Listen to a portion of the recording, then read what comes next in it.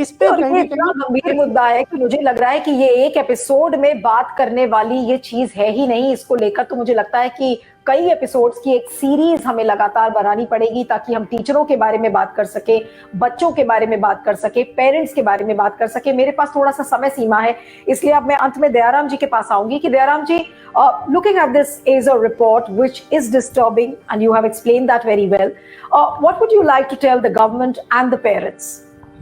क्या आपने सवाल उठाया कि क्या गवर्नमेंट को कुछ नई नीति बनाने की जरूरत है। मैं ये कहता हूँ कि गवर्नमेंट ने सिर्फ जो आरटी की रिपोर्ट को लागू किया होता है, जो एक देश का कानून है, पार्लियामेंट से पास है और कॉन्स्टिट्यूशनल अमेंडमेंट करके हमने फंडामेंटल राइट डिक्लेयर किया। और मैं कह सकता हूँ कि सारी सरकारें, एक आध एक्सेप्शन छोड़ के, सेंट्रल गवर्नमेंट से लेकर स्टेट गवर्नमेंट तक, इस कानून को लागू करने के लिए कतई तैयार नहीं है। कोई नई नीति बनाने की जरूरत नहीं। यदि ये कानून लागू करेंगे तो टीचर होगा, क्लासरूम होगी, टीचर्स की ट्रेनिंग बेहतर होगी और उसके लिए कोई बहुत बड़े संसाधन की जरूरत नहीं है। सभी लोग कहते हैं कि संसाधन कहाँ से आएगा। हम इतना बड़ा संसाधन नहीं है, इस पर रिपोर्ट आ चुकी है, सिर्फ विल का अभाव है और ये नीतियों का मसला नहीं। दूसरा जो सुनील ने सवाल उठाया, बहुत बड़ी बात है, टीचर नहीं है, टीचर शॉर्टेज है। स्कूल का क्लोजर भी हुआ बड़े पैमाने पे, स्कूल नहीं है, टीचर्स नहीं है।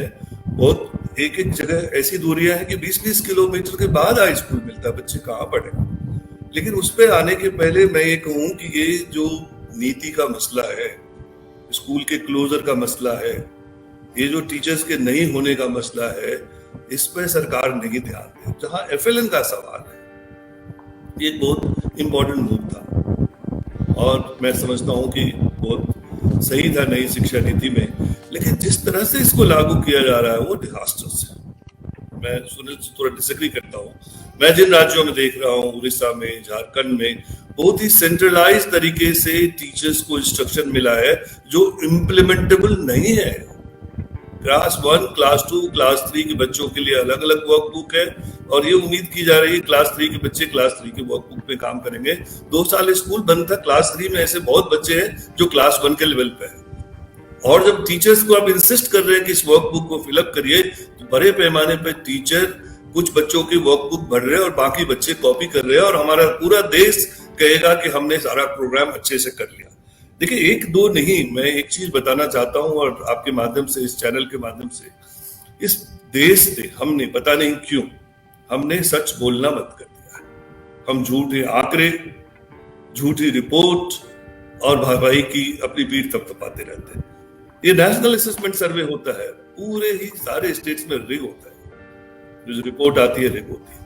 ये हम कहेंगे कि हमने FLN भी कर लिया, हमने अब तक जितने प्रोग्राम है देश में सब लागू कर लिया, सब अचीव भी कर लिया। मैं आपको बताऊं, हरियाणा में एक प्रोग्राम चलता था, ये अच्छा उदाहरण है, सक्षम प्रोग्राम। नीति आयोग ने पूरे देश को लिखा कि सक्षम प्रोग्राम का मतलब था कि जो बच्चा जिस कक्षा में है उसके लायक उसकी एबिलिटी है, और इसका सर्टिफिकेशन एक इंटरनेशनल एजेंसी ने आके किया है और नीति आयोग पूरे देश को लिख रही है। इनके असर रिपोर्ट में तो वो नहीं बता रहा है सब बच्चे कैपेबल है, हरियाणा में नहीं बता रहा है। हम भी ये मानते हैं, सरकार FLN प्रोग्राम भी हरियाणा में चला रही है। यदि वो सक्षम था तो FLN की जरूरत नहीं थी, तो हम किस तरह चलाते हैं देश, हमें पता नहीं चलता कि हम एक ही बहुत डिस्टर्बिंग है। हाँ, मैं आपको रोक रही हूँ।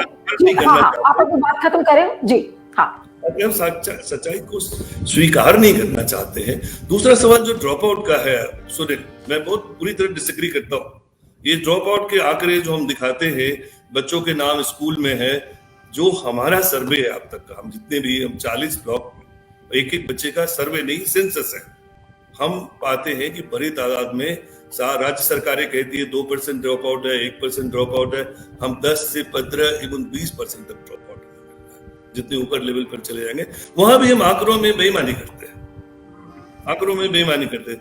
तो मेरा मानना है कि एक बार इस देश में खुलकर सामने जो सच है उसको स्वीकार करके बदलने की कोशिश करना पड़ेगा। हम जो आप बिल्कुल सही बात कह रहे हैं, लेकिन दुविधा यही है कि सरकार न सच्चे आंकड़ों की बात करना चाहती है, न कोई चीज सच्चाई से पेश करना चाहती है। लेकिन आज जितने भी व्यूअर्स इस प्रोग्राम को देख रहे हैं, उनसे मैं यही गुजारिश करूंगी कि आप प्लीज मिस्टर दयाराम जैसे लोगों को, मिस्टर सुनील कुमार जैसे लोगों को सुनिए और जानिए कि हमारे देश में शिक्षा की वास्तविकता, जिसे मैं हार्ड रियलिटी कहती हूँ, वो एक्चुअली क्या है। हमारे जो नेता हैं वो चुनाव में मशगूल हैं। वो कहते हैं कि हम विश्व गुरु बनने जा रहे हैं, हम डिजिटल इंडिया हैं, हमने मेक इन इंडिया कर दिया, हम 5 ट्रिलियन की इकोनॉमी बन गए। लेकिन हमारे बच्चे जो देश का भविष्य हैं, आज वो कितने पीछे हैं, इस पर थोड़ा सा सोचिएगा कि हमारे नेता क्या कर रहे हैं। क्या नेताओं को ध्यान है कि बच्चों की शिक्षा क्या हो रही है?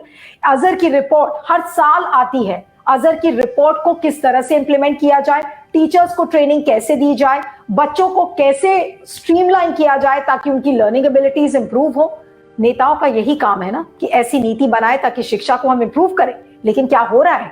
नहीं, हम केवल चुनाव लड़ रहे हैं, एक राज्य के बाद दूसरा, दूसरे के बाद तीसरा, तीसरे के बाद चौथा, और फिर 5 साल में ये पूरा साइकिल चुनाव का चल रहा है।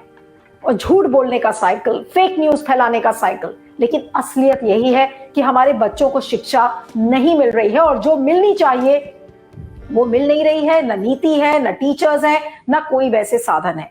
आप इस वीडियो को ज्यादा से ज्यादा शेयर करिएगा, फीडबैक भी दीजिएगा, और बने रहिएगा क्यूब वाइब नेटवर्क पर मेरे प्रोग्राम के साथ हार्ड रियलिटी में।